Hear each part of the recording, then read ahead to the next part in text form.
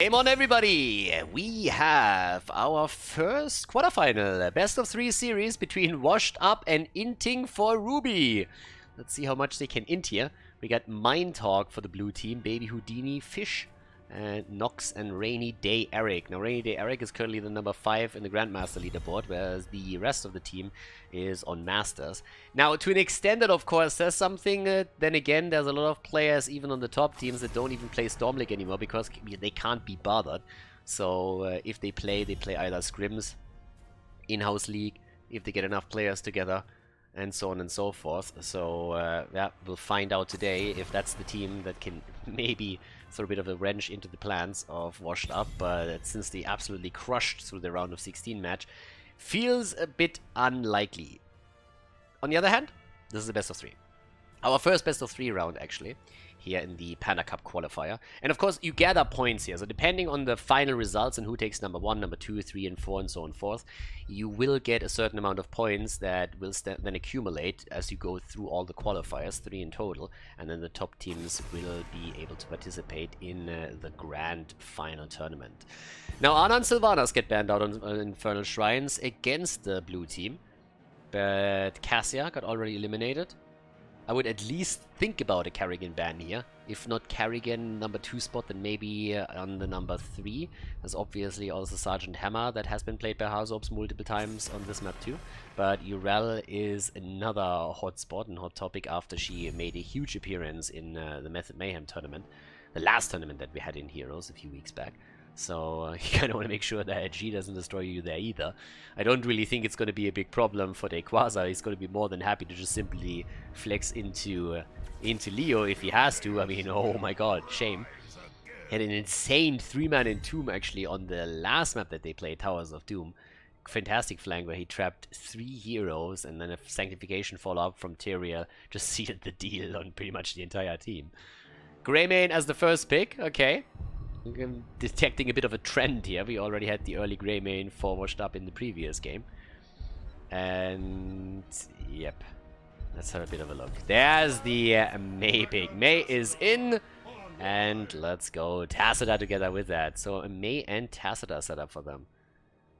Yeah, finally we're going to see her. I want to see that snowball action. It's kind of funny to me. If you have a proper snowball setup, it's one of the most fun ults to watch, to be honest. If you can, of course, trap them and just send them straight into a fort or a keep, that's the dream. But any kind of setup afterwards that can capitalize on that stun and isolation is more than welcome.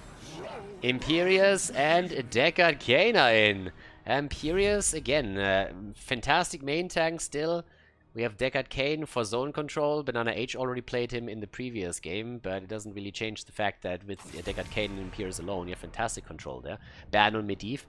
I get it. Medivh ban, not really too bad, but of course it allows for a lot of other possible picks that we have from Washed Up now. Especially since they can always shift Greymane over and let Nick pick something else. But as the bans come in, what do you get actually rid of here? They could ban a support out if they wanted to. Damage shield, of course, as well. But let's have at it. Okay. Malfurion. Okay. Make sure that you can't place the roots down to control the choke points into objective. Could have been maybe even a Rhaegar ban as well. I mean, obviously Lightning Shield is good on the map. Still with the nerfs, the duration change from 8 to 6 seconds. We still have Rhaegar's Bloodlust. Can be quite strong here. We'll see how much of an impact he's going to have as this continues with the new patch.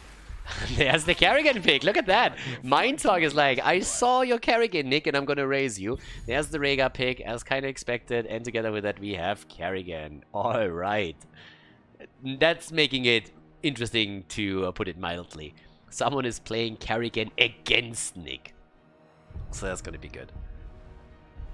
I still wonder if Harzobs is going to go into Sergeant Hammer here. Kelthas! Ashaladore! Salami! Okay, let's go. Our pizza lover over here with an Imperius and Blaze setup. I still have nightmares from some of the games that have been played by Last Dance in the previous tournament, where Imperius and Blaze were played by them. I think it was Battlefield of Eternity, with just stun into stun into stun into stun. It's like, guys, I can't move my hero anymore. So yeah, the perma-stun is real, and then Greymane and Khaldor can actually follow. They obviously also supply with more stuns, right? You have a gravity lapse there. What do you do against stuns? You pick the big chicken. Deathwing gets picked. And that brings us to game number 1, ladies and gentlemen. Inting for Ruby against Washed Up on Infernal Shrines. Game number 1, let's go! Infernal Shrines, everybody! Time to shine for Inting for Ruby. The team in blue with Mindtalk on Carrigan, Baby Houdini on Deathwing, Fish on Mei, we have Nox on Rega, and Rainy Day Eric on Tacita. To the right side of the map, Hazops on Khaldor for Washed Up, Nick on Greymane, Banana H on Deckard Kane, Dequaza on Blaze, and Masquerade on Imperius. Alright. Let's get this show on the road. First of all, when it comes to Mei, the build pretty much clear. We already have the heat transfer on level 1. It's gonna be fun to see what she can actually pull off here. This game is going to paint a bit of a Song of Ice and Fire for us, since we have Khaldor on the other side trying to counteract all of those icy plays by Amazing. With a little bit of Salami plays. Alright, let's go. Hazops. Going on level 1, of course, into the standard talent. Lockdown, Carrigan, wall down. They're trying to go for it. Mindtalk gets attacked, and Carrigan makes it out. Yes! But with the skin of her teeth. Holy hell, that one was close. It could have easily been first blood in this game, but whew, barely able to get away here. Dequaza, top side. Blaze, obviously, he was one of the heroes that got probably most of the changes here in the last patch. So on level 1 we now have the Neural Stim pack for him. At the bottom of the map, still our little 3-man. And as the 1 minute mark pops in, this is where camps are gonna slowly being focused by the teams. And early game is gonna be interesting here. I really want to see how aggressive Inting for Ruby is gonna be in this game. Don't really know too much about them. Casted some of the players for sure in the past. I think a lot of them play Storm League. But we'll actually see... sorry, not Storm League. Heroes Lounge, there we go. That's what I was going for. Mindtalk in particular, I had him a couple of times in some of the Division 1 games, if I'm not mistaken. But I don't really remember them as a 5-man, so it's been a while since I had them in the tournament. But here comes the move as Fish comes in, Deathwing pops in too, and the aggression from the blue team, and that's first blood. Deckard Kane goes down as Inting for Ruby not only steals the camp, but also gets first blood. Nicely done. Yeah, great play by them. Aggressive move against Washed Up, showing absolutely no respect here in the early game. And it helps them to get a slight lead in experience, get that kill, and also with the double camp through the middle, take down one of the towers. Well played, nicely done. That's a great start here. Now, Imperius had to go down to the bottom of the map to take another wave down. And bot side, as you can see, we have another camp now taken, which is actually the 3rd one. So this is 3 camps now taken by Inting for Ruby. A huge advantage for them in the early game, thanks to these rotations. Well done by them. A lot of pressure on the lane. Bit of aggression against Deathwing in the middle, but Baby Houdini is immediately jumping back. What does Baby Houdini even mean? Is he making you halfway disappear? Talking about disappearing, Khaldor disappears over here. And they might lose another one. Ladies, what's happening? Imperius is down, and yeah, just look at this setup. We jump down and we see, first of all, Khaldor's fall, and then after that they get a follow-up kill against the Imperius. That's kill number 2 and number 3 for Inting for Ruby, and all of a sudden they are ahead by half a level, 3 kills, have taken several towers out already before the first objective spawns, and are showing unprecedented aggression for a team that goes up against Washed Up. So this is definitely not what I expected heading into this. The level 4 talent for Mei is, by the way, Crystallize. So the cooldown reduction for the Cryo Freeze, which we see pretty much most of the time is added on level 4, makes her even more annoying to deal with. And here comes the objective. Alright, Masquerade with the lockdown. Top side, the 1 versus 1 is still going strong, but with 38 stacks already, this is an easy punisher for the blue team. And that's a fantastic start into a best of 3 series where pretty much everybody said they're gonna get wrecked within seconds, but instead, they're putting up a fight.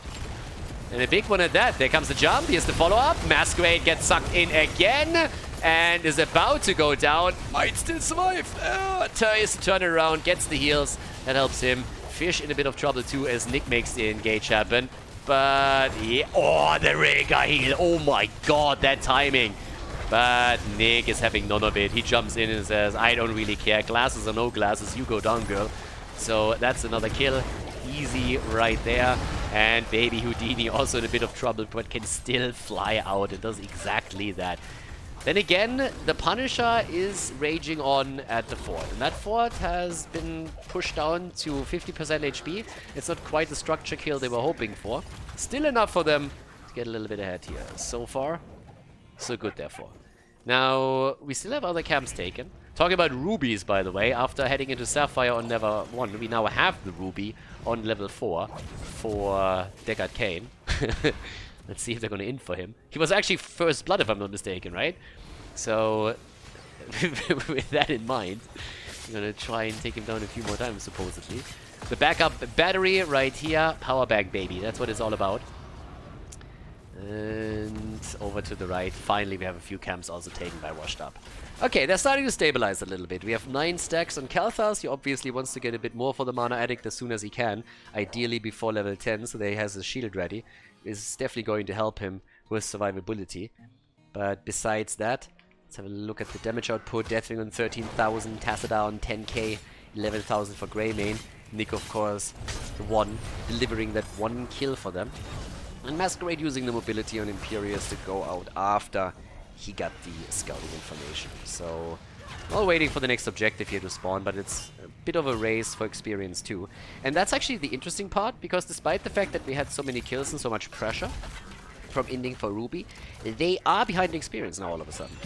And that's pretty much because, as you can see here, the minion experience is much, much better for Washed Up. And this is really the experience that you have from a team where half the players played on a professional level, and they are doing an excellent job here on minion experience. So when it comes to lane XP, huge lead for Washed Up, which leads to the early level 10 for them.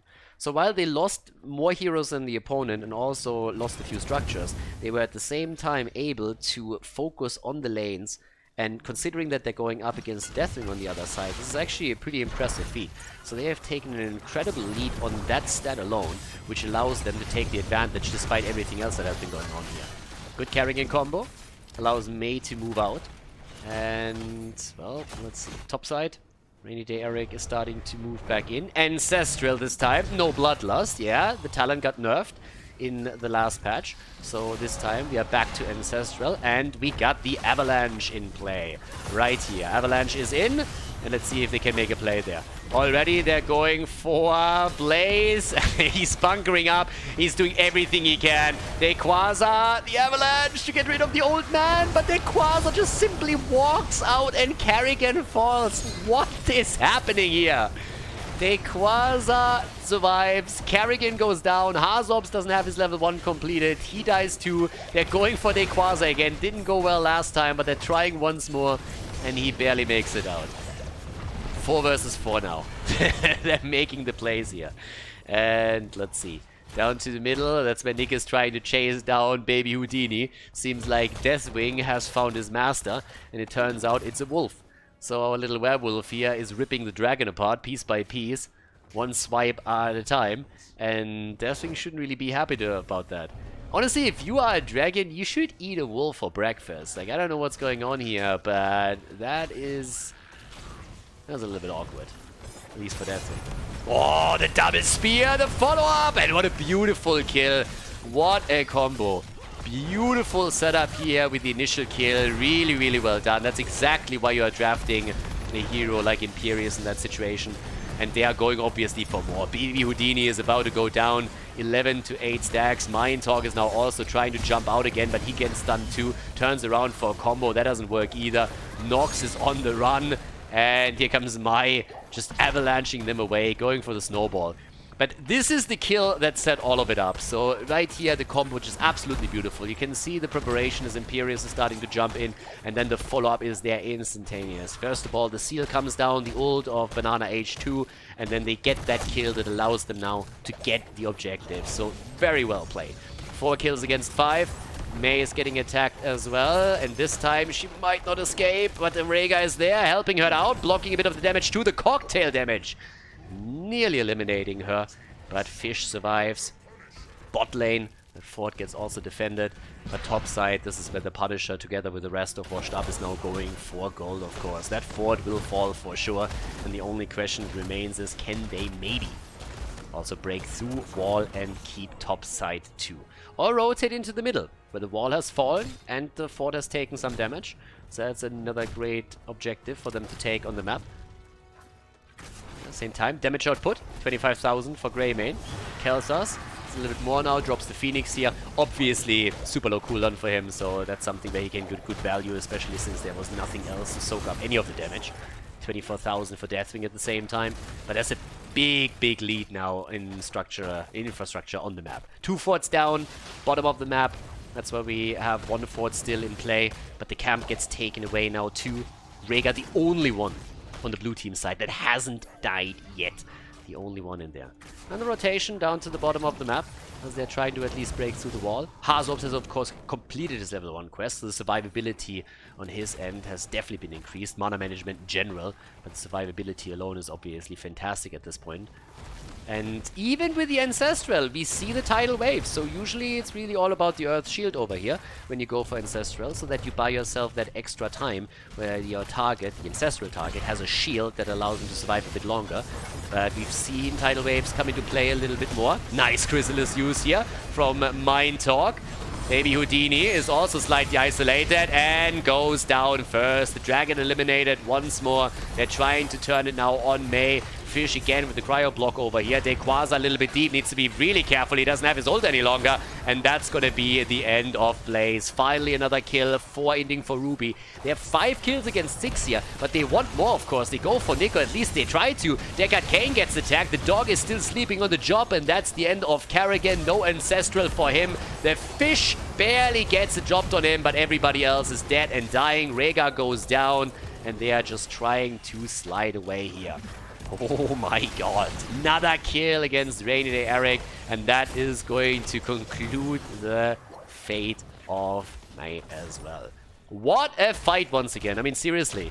And all of this, they come in, the Ancestral comes through, they're trying to save them all. Initially, it was Deckard's ult that just locked them down so hard, and especially put Rhaegar out of commission. It was a huge problem for him. Didn't have the time to come in with an Ancestral and save the initial target. But now is another camp take. It's 10 kills to 5, so Washed Up, they definitely turned up the heat here. They definitely did. So for now, we got the 1 talent lead for the red team. Washed Up in this first game of the best of 3 series is now sitting at level 16 talents, which gives us the Ignite. We have also Alpha Killer in play. And by the way, you have the cooling servos here on level 13 with the Cryo Freeze. So even more trade value for Mino. For me, but on the left side, another camp about to be taken. And there's nobody here. This Deathwing is the only one, and he doesn't even catch her. Well, he saw it, but he sees it too late.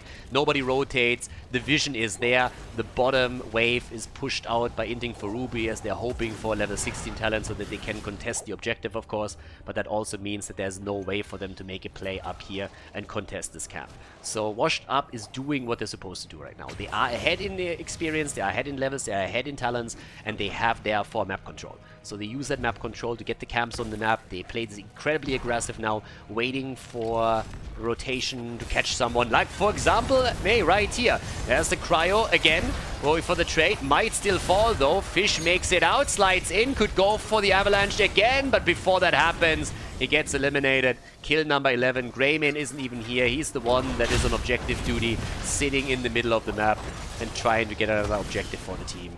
Mind Talk on Kerrigan was hoping to grab Hazops here, but Hazu walks out of the combo, and now the mid lane is getting attacked, which is also where the next Punisher is going to push.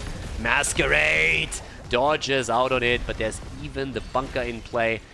Better safe than sorry press from Blaze, and now the Arcane Punisher is coming in. And we all know how this is gonna end. This is a keep for sure. The only question is, can they get more out of it? Because top side is getting pushed, Kerrigan is currently trying to defend it, but here in the middle, even without the Punisher, this thing is already down to 50% HP. So this could very well be the end of game number 1 if Washed Up gets a follow-up kill, or can at least take another keep down. Top side gets attacked, then Kerrigan gets isolated, and that doesn't really look too good. Even with Baby Houdini jumping in, he is getting murdered there as well. Kerrigan is down, Rhaegar bites Kel'Thas though. But that's another double kill at the top side where they took them down. Blaze also down, and by now we have the Punisher jumping in again, trying to make a bit of a play. The Keep, though, hasn't been eliminated top side. The core has not been destroyed yet either. It's only 3 heroes that we have pushing for Washed Up. Might not be able to really do too much damage to the core here after all. But they're definitely trying. I mean, Nick is sitting right here and has to be careful that Mei doesn't rotate in because she still has the Avalanche, which she uses. Banana H gets bounced around a little bit, but the core is now taking damage. Down to 89%, 84, and they're still sticking around. And with 15% left on the Arcane Punisher, it's doing some more damage for sure. Catapult has also homed in on the core. They need to get rid of that one as well. Yeah, that's a lockdown on Imperius, and he falls. But the core is down to 47%. Level 20 talents in the hands of Washed Up, and it's a 2-level lead right now. Brutal. 2-level lead for now. The only one that hasn't taken the talent yet on 20 is the old man. There we go. Respect for the elder. Hasn't been shown a lot of respect in this game. We got the flamethrower over here for Hazo, which allows him to stay even farther back. The Keep at the top, by the way, hasn't fallen, but it's incredibly low. And here comes the full-on rotation. They definitely stay too long. They definitely stay too long. They try to go for Tacita. Mei the first one to fall. And Eric is in trouble too. They're trying to make the play for Eric here. He's going for Archon, but this is just not happening. Goodbye, my friend. Nox a bit too late on the attempt to help him with the Ancestral. And they're just on the run now. You can run, but you can't hide, baby. 2 more levels missing until level 20 is available for them. And they are 2 players down. And Imperius is back. But with a focus at the bot lane, it also means that this top setup is likely going to end the Keep. So bot side is under heavy pressure. And of course, Inting for Ruby has to respond to it. They can't simply let them push in here, but it means that the top is heavily getting attacked. Deathwing is now rotating in a desperate attempt to maybe, just maybe save it after all. But as you can tell, this isn't happening. And the rest of the red team is now rotating in anyways. Hazu Ops with a quick flame strike just to take it down. Over here, the setup again, Carrigan. And, well, the question if Carrigan can carry again has now been answered. Not in this game, at least it doesn't look like it. Carrigan about to go down. We already have Deathwing eliminated. Carrigan follows, and, yep, that is game. Nicely done. Washed Up with the lead in the best of 3 series against Inting for Ruby here on Infernal Shrines.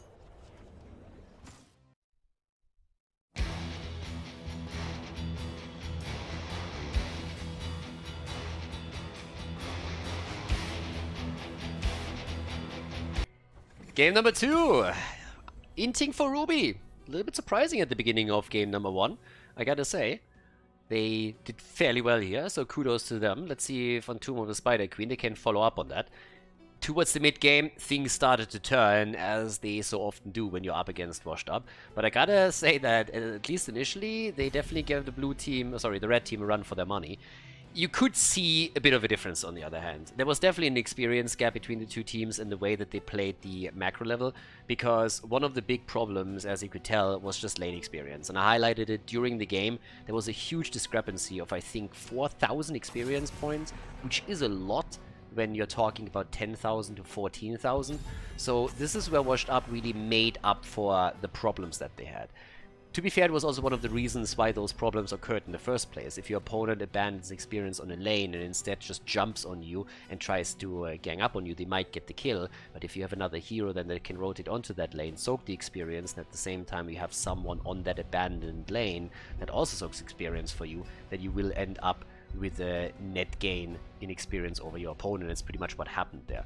But still, I like that the blue team didn't really show too much respect here, that they were trying to play aggressive, that they invaded, for example, the initial camp and not only took the first blood, but also got the camp stolen away. So a couple of really cool moves here by Inting for Ruby. Would love to see them also a little bit more in these tournaments. But for now, we have on Tomb of the Spider Queen another chance for them to put a point onto the board and force a third map out of their opponent. Bans again, Sylvanas. Carrigan gets banned this time. So seems like Inting for Ruby, they don't want to play her themselves. But they're well aware that this is the first map where Nick brought Carrigan back into the competitive scene. So they're jumping in and saying like, not happening on our watch, baby. Also, Medivh gets banned out, which doesn't really surprise too much either. This is another map where Medivh is just a really good if you can make these quick rotations between the lanes happen and gank up on people. And Hazu's obviously a fantastic Medivh player. Despite the nerfs that Cassia has now seen in the recent patch, we still have her picked first. And it's again Deckard Cain, this time with Rexa on the other hand. So we get our Beastmaster back towards the bot lane of Tomb of the Spider Queen. A bit of Nisha action as well. And yeah, I want to see what Hazu plays this time. I like that we had Kalthas again on the last map, and honestly, it did a lot for them. There were so many living bomb plays that we saw there. He struggled initially a bit to get his level 1 quest completed, which definitely had an impact on the first few fights, because he just couldn't stay safe there. Now we got Ana in and Tassadar, so that nano boost for Tassadar is definitely there. Tassadar obviously got a bit nerfed too, especially when we're talking about his level 10. Again, there's a little bit less of a shield here, so that's kind of important too. But yeah, let's see what the bans are going to bring now. With that setup, you can still look at the front line. For example, Johanna has still not been banned out. I would love to see the new Stitches. I mean, Stitches would be just amazing. The whole idea of what Blizzard did with Stitches is they were trying to give him a bit more wave clear on the slam so that he gets a bit more useful, more so in that Johanna setup. They took a bit of his hit point pool away in the regeneration. But it would be kind of amazing if Stitches now, because of that newfound wave clear utility, would all of a sudden have a place back in the meta to an extent. Now, I don't really think that we're going to see Stitches here, but maybe he's slowly making a way back into this. I can guarantee you that if we had some of the Russians team playing, they would at least dabble a little bit with him. But yeah, it would be kind of fun. So there's a couple of interesting approaches they have with that. But instead, we are getting Mei again. Think pink, baby. Okay, there we go. Masquerade on a new tank. And what are we getting for Hazu? I suppose that Nick picks last again and flexes into it, depending on what the other team takes. Yeah, Hazu with Jaina. He played with fire, now he wants to play with ice. It's the double ice combo that they have. They should put some stuff in, honestly. If you play like 3 ice characters or 3 fire characters or something like that, you get like a 10% bonus damage or something, or make it 5%, doesn't matter. Just more for the memes than anything else. But that would be kind of fun. There's an anomaly for you. Not really sure if I would honestly advocate for that, but at least in my head it's funny without thinking more about it. Johanna gets picked. Yep, here we have her. And we get Blaze as well. The good old Johanna Blaze combo. One that Washed Up in particular. I don't want to say pioneered because it's not really true, but it has been a staple for a long time for them, especially in 2019. The year after HGC, and they just dominated with that setup. Oftentimes an early pick for them. Number 1 and number 2 pick, actually. But yeah, Nick comes in with the last pick, and it's Tychus! Tychus was changed as well. He has some pretty sick talents now. Sizzling Attack is, I think, level 7 now, and the level 20 sounded sick too. So it's pretty cool to see that they are trying to bring Tychus back here and testing out the new reworked hero. So let's jump in. Game number 2 in the Panda Cup. In our quarterfinal, we have Inting for Ruby going up against Washed Up on Tomb of the Spider Queen. Off we go! Tomb of the Spider Queen, our second map. And Washed Up is ahead against Inting for Ruby. The blue team on the left with Mind Talk on Cassia this time. Fish on Johanna, Nox on Ana. We have Baby Houdini on Blaze and Rainy Day Eric on Tassadar. To the right side of the map, Washed Up with Hazorps on Jaina. Nick on Tychus. Banana H is playing Deckard Cain. And as you can see, we have also Dequaza himself on Rexa and Mate played by Masquerade. So, off we go. Yeah, this should be fun. I really want to see what Tychus can bring to the table here. So, we had a couple of changes to the heroes, so it will be interesting to see what they actually can do with that. Sizzling Attacks, by the way, got moved to level 60, not to level 7. Even after I said it, I was like, wait a moment, that sounds a bit crazy. So yeah, the former level 20 talent is not all of a sudden a level 7 talent. It has been moved to level 16 instead. But then, ooh, there's already a bit of aggression. Mind Talk! Oh, 20 hit points! Not even close, baby. Yeah, the new level 20 talent on Tychus is interesting. Can do this all day. It would be kind of fun. And not only do you reduce the overkill cooldown, but he also gets a lot more armor while channeling through overkill. So that's kind of cool because you can just go way more YOLO with him. The problem, of course, with Tychus was for pretty much the entire time that he was in here now, that his auto attack range is incredibly short. So he doesn't really have that long range that other auto attackers have, and that's a problem for him because he has to be pretty close to the action whenever that's the case. So that was one of the issues that he had, and why it was difficult to really make him work. If you saw him play, then mostly on maps that demanded for really good zone control on an objective, like on Infernal Shrines, for example. But even there, he wasn't really played too much because other heroes just were better in the same role. Now with the changes that we see, that might become a little bit more interesting. But yeah, Fish is about to go down. Because we have a couple of other setups with the overkill that could really lead to more heavily focused overkill builds, like for example the level 13 talent now, with the overkill slowing the enemy by 25%, in addition, the spray and pray. So there's a couple of interesting things about it, and that might lead us to Tigers, just generally speaking, getting a little bit more viable here. It should be fun to watch them play with this, for sure. So, as we're heading into level 4 talents, we don't have a single kill yet. We got still the bigger they are. I mean, this is pretty much a mandatory talent on level 4. It's like the best talent if you want to burn someone down with the rest of your team. They already take the kill against Blaze down at the bottom of the map. There's a bit of a misconception that the bigger they are is only good against like super hit point heavy tanks. It's just a fantastic talent all around. Now obviously you want someone else to jump in with you, but the traditional idea is that you go in, you follow a stun for example, with your trade, use the bigger they are to chunk them down early, and then you follow up with an overkill and try to put in the finishing touches. And it's always advantageous if you have another hero on your side that can really help you out and get that added damage towards the end as well. Slightly different setup also for Deckard Cain, who has now gone into the rejuvenating potion after playing Ruby on the last map. May with pretty much the same build, by the way, so it hasn't really changed here. We still see the trade focus on level 4.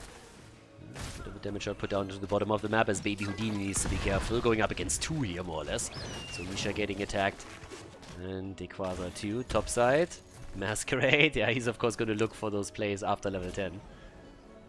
And on level 7 for Tychus, this is also the first talent that actually changed for him. So the armor increase through the Relentless Soldier is definitely interesting and quite the attractive setup now. Baby Houdini, the charge gets blocked by Misha. Misha's having none of that. Pretty much taking a bullet here for Daddy. But the turn-ins are there, and both of the teams have now enough gems to get their first web weaver wave. So this is really where you gotta be a little bit careful and have to pay more attention to those turn-in spots. And as I say it, the blue team is about to turn in. Here we have the Relentless Soldier, by the way, so exactly what I just said. That's the talent that actually got increased by Blizzard now. So more value through it with the additional armor. And since it's a passive, there's also not really too much that you gotta do here. In addition to that, May again with the backup battery.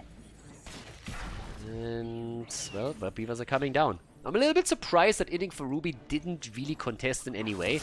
Now, they have Johanna, who from a distance, as well as Anna, can try and go for the interrupt. It was always a bit of a level 7 battle as well. You wanted to have the talent first, but still.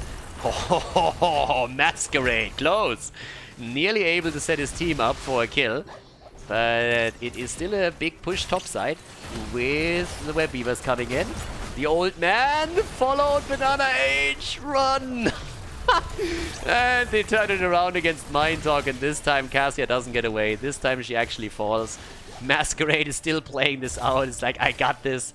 Gets the cryo through. Super annoying. And just invading enemy territory. He doesn't give a fuck. I mean, he just really just goes ham on them. Wall has fallen in the middle, topside gets attacked too. We still have bot side, Rexa doing his thing. But finally, May goes down. You can only go so deep with her. So this time, they eliminate her quickly. But there's still a bit of a trap set up here, especially Nick is obviously sitting at the side and just saying, hey, can I maybe get that? Oh my god, that's a kill. Oh, Baby Houdini! Yeah, that's a bit of a disappearance act. That is definitely worthy of the full Houdini. But also, Jaina disappears quite quickly here. A little bit of pew pew pew from Anna. But now with another hero eliminated, maybe a chance to turn in. Fish has 48 gems. 48 at this point. Which is kind of bonkers, to be honest. Yeah, rainy day Eric. Yeah, he's dead. Anna tried, but no way. And the fish is collecting more gems. He needs to be careful. He still has the iron skin up, but as I said in some of the previous games, Johanna got of course changed too, and that cooldown got increased.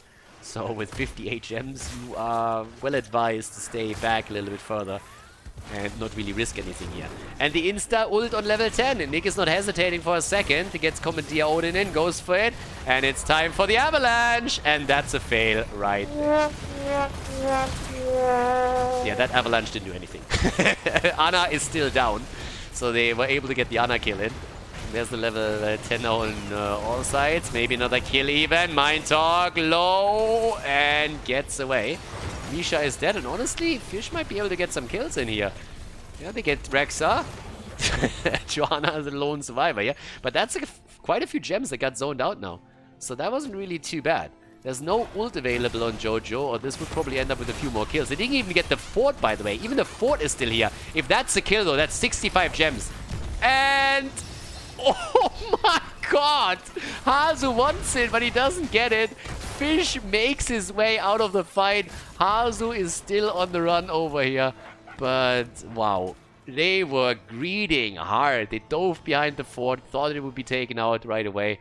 That didn't happen. And you gotta give some credit to Jojo. I mean, she is towing the line here. 65 gems in her hands. In total, they hold 89. The camp is now taken 2, but holy hell. That's 6 kills against 3, so still the lead for Washed Up, but that was weird there. Also, when we haven't got the Eye of Horus for Ana, Masquerade is still sitting there. Can go for another approach with the snowball, of course. The avalanche, I should say. Yeah, let's see. It's all about the turn-in right now. Can Inting for Ruby get this one? Oh, there's a good setup. The cryo is in. Boars get unleashed. There's the bunker too. And Masquerade gets away. No problem for him. Odin got committed too once more. Rainy Day Eric is already saying, like, boys, I'm out of here. Without me. The fish gets attacked and, yeah, pretty heavily damaged, but they can't take him down. And Masquerade is trying to redeem himself for the previous avalanche play. Okay. Well, they kind of worked. Trying to isolate Jojo, and that's the kill right here.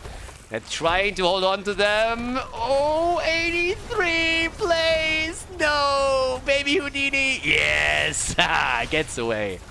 All right, a man on a mission, able to save the gems for the team here and keeping their hopes and dreams alive a bit longer. Good wall, and Masquerade goes down. Nicely done. Yeah, but it's not over yet. Careful. This is the play that started it all off, though. Here comes the avalanches. They're trying to isolate Johanna, which worked incredibly well. And that's, of course, the main tank going down, losing all of the gems. But Blaze came back to save them. In the meantime, the turn-in still hasn't gone through yet. All of the forts are heavily damaged, and May is now back on the map as well. But it seems like Baby Houdini... oh, actually, it does seem like he won't be able to turn in after all. Rexa is back to business, comes in. Here's the bunker. Ana is down. Great Ring of Frost by Azuops. Incredibly well done. And now they're making the play for the fish again. And he's down too. It's now 9 kills against 5. The fort at the bot lane has finally been destroyed. The one in the middle most likely going to get dropped next. And here's also now the spray and pray. So as I said previously, this is the talent that has now been changed a little bit. So there is slow on the overkill now too, which is kind of cool. So no Neo Steel coding instead. But you get the range increase, you get the slow on it as well, and that CC is actually pretty sexy. That's a really, really strong talent for overkill, especially if you're aiming for the new level 20 talent that I mentioned earlier. Damage output, 48,000 for Tychus. You can really see that Nick is doing well on this one. Up at the top, they're going for Mind Talk. Cassia with 33k is the top damage dealer for the team, but she gets dropped and that ragdoll gets flipped over the wall hard. 99 gems in the hands of Inting for Ruby. 99! But they just can't get them delivered. They're doing a fantastic job recovering them every single time that the carrier is killed. But it's tricky. You need to at some point make the way into the middle of the map and finally deliver them. And so far that just hasn't worked out for them, did it now? Quest completed for Jaina too. Her level 1, by the way, not the baseline. Still a few thousand damage points away from getting the ice block here. But off we go. Yeah, in comes the delivery. Masquerade coming through with the quick delivery of another 11 gems. That's 4 short of another turn in, and they get it. And for some reason, the blue team doesn't contest it, and that's a problem. It's a big problem, because now we are soon going to see level 16 talents plus a web weaver wave pushing, and that means they're going to be in trouble. In a lot of trouble. They have fun trying to hold that, especially with now the bot lane also getting pushed. That's a fantastic Valkyrie, though. Holy shit. Mind Talk with a big boy play here. I like it. And now they're trying to turn on the rest of them. It was beautiful play. Good coordination from Inting for Ruby.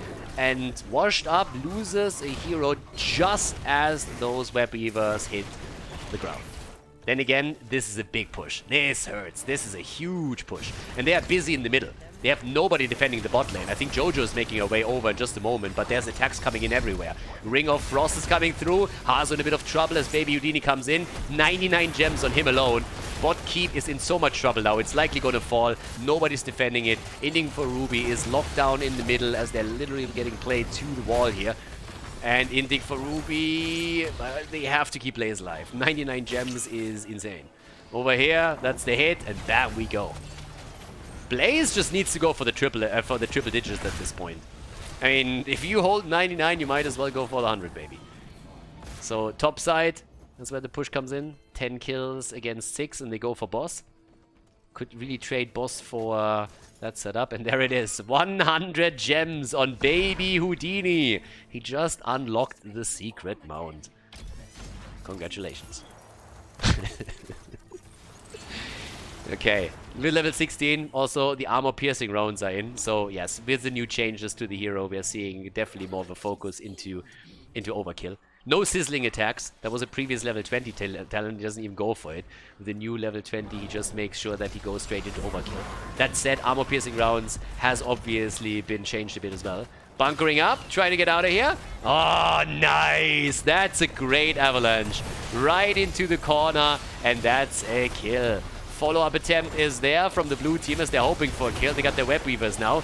But at this point, 11 kills to 6. Level 16 talent. The ring comes in. But they can't get the kill on Fish, who actually recovered the gems that were lost initially by Blaze. They're trying to go in for the kill, and they get their Quasar. Yeah, they're fighting back, guys. These boys have some teeth. They're not intimidated at all. They're trying to go for these fights. 16 versus 16 talents now. Quick look again against this kill. Look at that avalanche. Perfect isolation after we saw Blaze trying to escape. Gets locked into the corner and then immediately dropped. Easily taken. And now here in the middle, the fight continues as the blue team is desperately trying to take some of these structures down. And maybe eliminate a few forts. The top one is already heavily assailed by web weavers and minions. But the defense of Washed Up at the bottom and middle was just fantastic. And now they can rotate towards the top side to try and defend this one as well.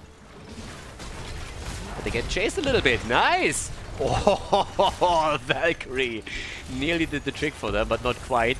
That was a good setup. Good bunker over here. Yeah, Avalanche was ready again. Masquerade was hoping for another setup. Baby Houdini, on the other hand, seems to have a little bit of a death wish. And there it is. The setup that we all knew would happen eventually.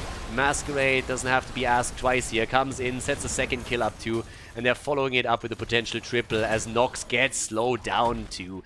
We have so many slows, so much CC. It's not only that Jaina, it's also Tigers just coming in with overkill after overkill. Just absolutely rocking it here. And of course, now there is just no limit to what they can do in the middle of the map. With only 2 defenders still in play, there's absolutely no way for this to be held. Or they could go boss. Both definitely possible. And they're hesitating a little bit. What do we do? Do we go for that? Do we go for boss? Hazo is running top, is running middle again. It's just like, guys, left, right, left. Make a decision. And it seems like they go for keep. Take this one. Easy peasy. There's the move. 77,000 damage by now for Tigers. 55k for Cassia. Keep is about to go down. If they can get more kills, that will of course be the dream. But with 2 keeps eliminated, that's already so much trouble that Inting for Ruby is in now that it's nearly impossible to come back here if played correctly. All that Washed Up has to do now is posture around boss the entire time. It's all that they gotta do. At that point, either the blue team lets the boss go and defends the bottom and the middle because those catapults will continue to push, or they have to defend their or they have to just simply fight for boss, and then the catapults are going to go for the core. So if you play this slow, you win it. But obviously, Washed Up, they want a few more kills. You want to make sure that these gems are finally lost to Inting for Ruby. But with only a third of a level missing until level 20 for the red team, we're going to see that new talent on Tigers in just a second. And that thing is just insane. Have fun trying to take him down. Already another attempt for the Valkyrie. The ice block saves Hazu for a moment. Can they really keep him safe here? And the answer is maybe. Nope, but he gets the ring out. And that's at least the counter kill on Blaze. Well done. Blaze down as Hazu was eliminated. Tigers is also dropped just as the level 20 is in. And no, he went into big red button. I mean, I get it. Don't get me wrong. The talent is insane. But I was really hoping to see the new level 20 in action. Just a bit of a glimpse also of how this played out. It's a good counter kill here. If Jaina first of all goes down, then they get the kill against Blaze, but that's not where it ends. Another kill as Nick falls and the blue team just continuously fighting back here. Ana, on the other hand, isolated now and dropped, which means that we are fighting a 3 versus 3. Web Weavers have again been summoned by Inting for Ruby. The problem with that is that there's still 2 lanes where catapults are pushing, and that's making it difficult.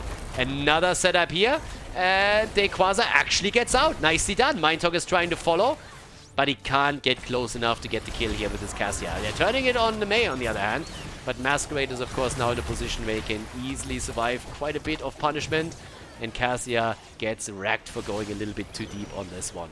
Yep, 9 to 17 kills right now, and Rainy Day Eric, nah, he goes down too. Rainy Day Eric eliminated, catapults already in the core, scratching on the shield, which forces the blue team back. Another setup for Baby Houdini, and they are just tempted to go for the core straight away, which I cannot blame them for in the slightest, as the shields are already gone.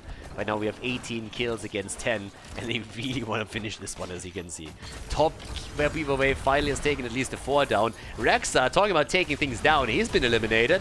There's still a couple of gems that could be taken by Azorps, but they're just trying to go for the core. The problem is I don't think they can make it happen. Hazu's about to go down. He can ice block this all he wants, but he's going to fall eventually. There's the kill against Jaina. The ring came out, and we still have Nick trying to play it with the big red button. 24, 21, 19. The core is down to 13, 12, Masquerade 4, and that is game. No, it's not! Yeah! Oh my god! You gotta be kidding me! 129 hit points on the core, and they actually save it. Oh. Top keeper has fallen. Comeback time. All of them are wiped, and they're trying to make it through the top to go for the trade. But it's 10 seconds until Raxa is back. It's the only Hail Mary that they have available to them. 1% on the core, and here we go. The approach, the attempt to go for victory and force game number 3. Raxa is back. He needs to buy some time. Jaina, another 10 seconds. Ana, what are you doing? Don't tank the keep. Don't tank the keep, baby.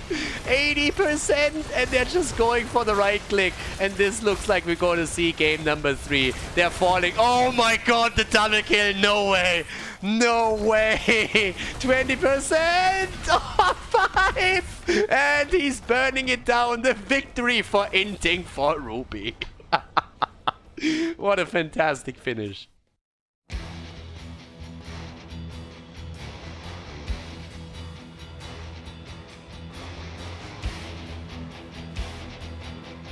Well, that just happened.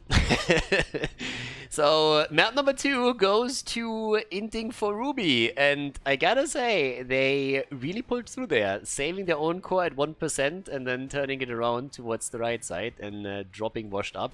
It got a bit close towards the end there too, but Blaze bunkering up and then getting the damage in was really what pushed them over. And they log in a map victory against Washed Up. As an unknown team, that's quite the accomplishment. Just imagine if they are able to repeat that performance on Battlefield of Eternity and take Washed Up down in a best of 3 series. That would be kind of insane. But these guys must be absolutely stoked right now. You can obviously always argue a little bit that Washed Up to an extent was maybe rushing this a bit too much because they wanted to just simply finish it.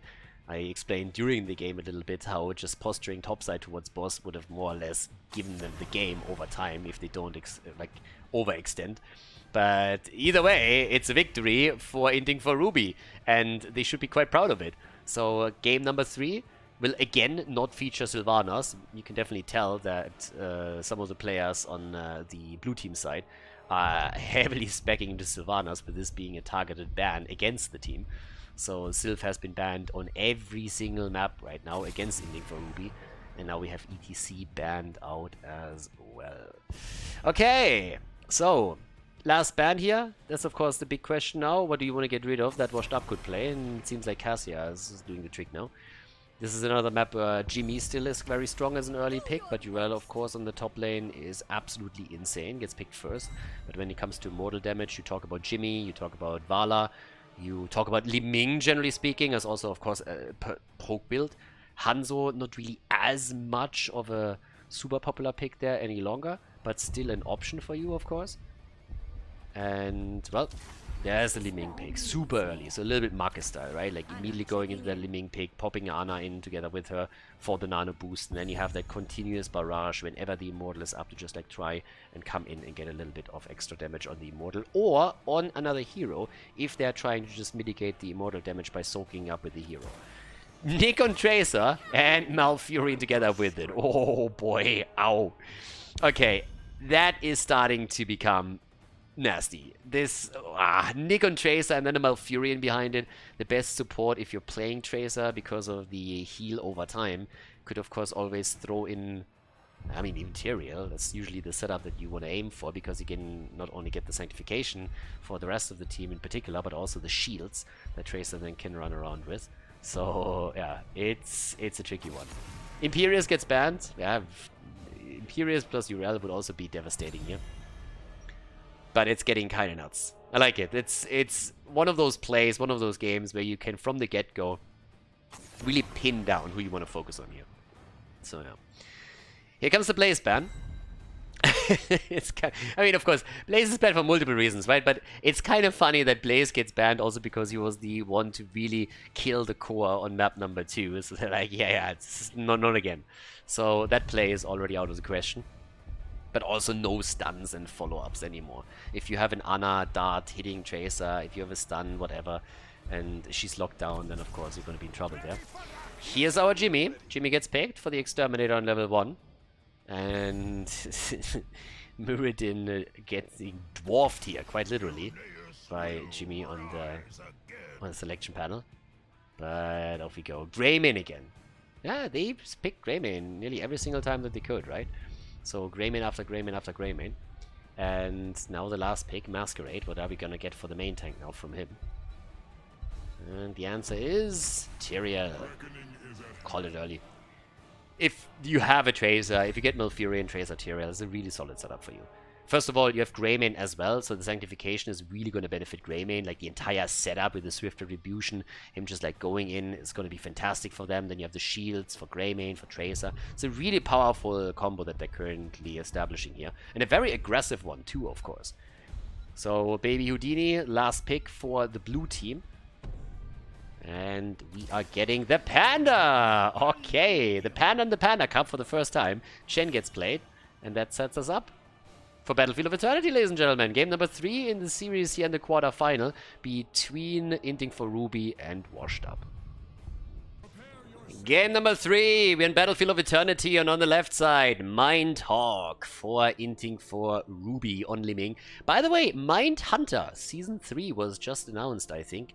I'm pretty happy about that, because I honestly thought that after Season 2 they cancelled the show or something, since I hadn't heard anything for ages, and that show is just fantastic. If you haven't watched Mindhunter yet, check it out on Netflix. Thank me later.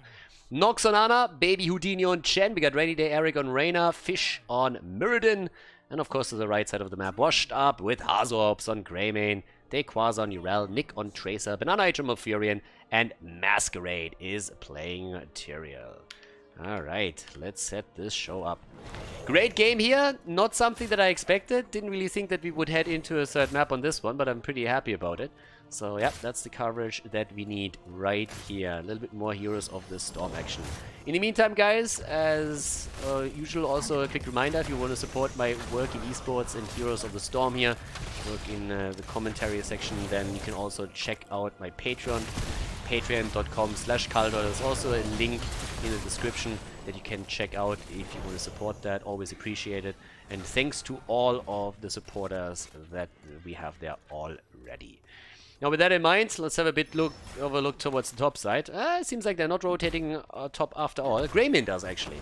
So they were thinking about rotating multiple heroes towards the top.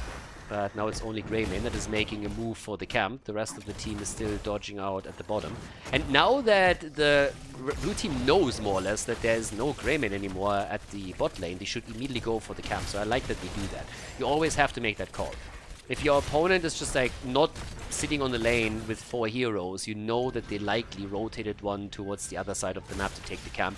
And then if you don't respond, they might end up walking away with both. And that should never really happen to you.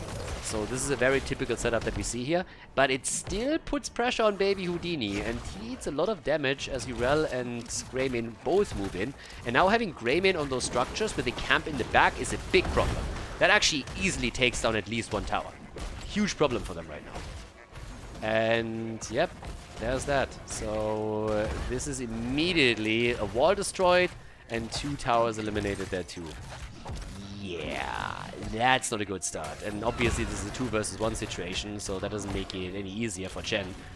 Reyna is now rotating topside, but that wall is lost already. And at the bottom, there's a bit of counter damage that was pushed out. This was obviously a 4 versus 3 therefore, but it's not nearly as much damage as was done on the top lane.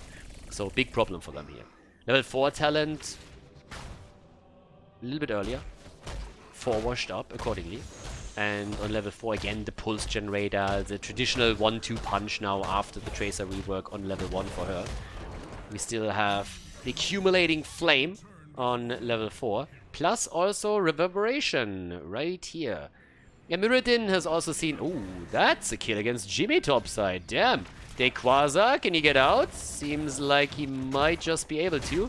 Maybe Houdini jumps in, but the rest of the team is now underway too, so they should easily be able to make that work. And indeed, that's the case. So yeah, nicely done by them. That was a solid setup here. Yeah, but Mirrodin had actually changed a little bit as well. Haven't really talked about that too much. And, well, again, if I say changed a little bit, it's literally just one talent. So Thunderclap was changed. Thunderclap is now a little bit more impactful with the attack speed slow being increased to 30%. So a bit more, it could maybe indicate a couple of changes in some of the builds that you're going to see here. Nothing really too crazy, honestly. But yeah, Mirrodin has seen a little bit of love in the patch. We talked about a few of the things already that happened there. But always kind of interesting. Cho'Gall, for example, also has seen changes, but that's not something that's going to impact the competitive scene in Europe, at least. And A might go back to a Cho'Gall meta. The Europeans so far not really eager to try that out. Jimmy is down, Ana is already dead, Li Ming gets eliminated too. That's a quick triple kill for Washed Up, as they are wrecking them over here. And yeah, that is bad news, because not only did they lose 3 heroes, they are losing the entire Immortal, with barely doing any damage to Washed Up's Immortal. Mirrodin barely jumping out here. Urel now at the bottom of the map also defeating the camp. But the Immortal is now going to travel bot lane, and that's nearly 100% shield. And we have a level 7 talent for Washed Up, as they are about to crush through this. Guys, honestly, if you have kids in the room, I beg you, please, either turn off the TV or move them away from this, because Inting for Ruby is about to get wrecked here on the bot lane. This is not a safe for work stream at this point. I mean, this is not legal in tons of states what's happening here right now. That's a talent advantage, that's 100% shield Immortal, and they are just barreling through the bot lane with Chen topside desperately trying to get some experience for them. Urel already coming in, isolating Ana. She's down. And someone please call an ambulance, because Inting for Ruby is just getting murdered over here. Call the cops if they have not been defunded yet, because this is not looking pretty. And Rainy Day Eric is rushing out, the fort is down, the shield isn't even gone. The Immortal is still wrecking. They still have a talent advantage. 5 kills to 0. They might not get the keep, but they're definitely going through the wall here. This is insane. Nick is having a field day over here. Nobody's locking him down. Urel has rotated top to push the lane out and save the fort. But that wall at the bottom of the map is already out. And finally the level 7 is in. But boy, that was a bit of a beating that we just saw there. Whew, baby! That kinda hurt. That's insane. Bot lane, they want to go at least for the camp, but that's probably the most impactful Immortal that I've seen in a while. 5 minutes in, and not only has the Fort been eliminated, the one at the top is also taking damage. The Fountain is already gone. They go for another camp, and Inting for Ruby is at this point in damage control mode. They're trying to somehow hold on to this. They made Washed Up angry. They poked the bear. They definitely did. After game number 2, Washed Up was sitting there, alright boys, let's barrel down a little bit. Let's get some of that German efficiency into play, because game number 2 did not quite go our way here. Rainy Day Eric, nice. Going for the Juke Master 2000 title right there. Nox, on the other hand, old Granny is not as nimble on her feet anymore. And yeah, this is Nick jumping in, taking Jimmy down, and they're locking Muradin down too. Can't hop away there either. Dequaza was already waiting on the other side of the debris. The only one that hasn't died on the blue team yet is the Panda, actually. Pandering to the audience here. Okay, that was a fucking one. That's what I want to go for. Alright. Yeah, casts are failing now also on the soundboard. What a day. 15,000 damage for Tracer. 15,000 for Li Ming. But the kill score is quite different. Baby Houdini instead. Yeah, they want him too. And this is likely going to be... Yeah, he's going to make it out. They're using the Fort to his fullest advantage. Okay, there we go. Same point. Now it's Immortal time. Level 11 versus 9. Level 10 abilities are ready, and how do you play this out, actually? I mean, honestly, at this point, how do you do this? Rainy Day Eric is Hearthstoning back because he expects a rotation towards him. He expected to be ganked up by the opponent. That's not really happening, but yeah, this is just rough. Halftime show easily won. It should be 100% shield Immortal once again. Top lane is getting pressured too by another camp. We have Jimmy coming in. They're wrapping around, looking for another kill here, moving into the middle. It is a bit of a disaster. Only Greyman is currently attacking here. Nick comes in with another bit of an attack here. Went on level 10 into the sticky bomb at this point. And yeah, their level 10 abilities alone give them such a lead. There's the Sanctification, a little bit of a better safe than sorry play from them too, just to make sure that after that sleep dart setup that we saw from Anna, nobody could really come in and take them down. But that Immortal is taken, and that's what, 95%, 92%, something along those lines. Ooh, okay, level 10 abilities for the other team. Yeah, and they want to fight. They want to fight for the camp.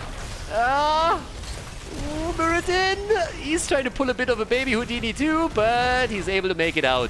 Jimmy is still kicking and getting some auto attack damage in after he eliminated Tyrael. Li Ming has fallen too though, and baby Houdini disappearing again. The Immortal ignoring all of this, going through the top lane. Completely unimpressed by what's happening down here. The attack on Hazu, and he gets away.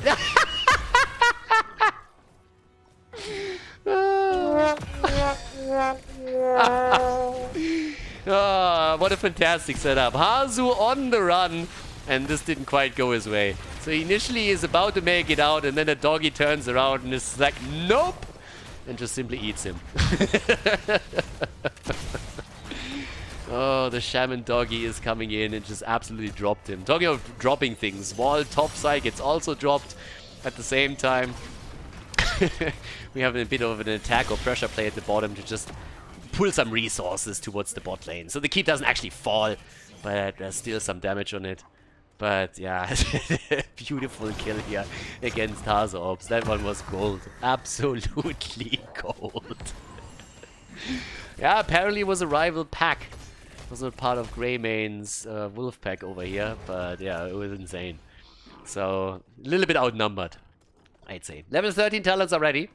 And now we, of course, have 10 kills against 2. So at least we have a few points on the board for Inting for Ruby.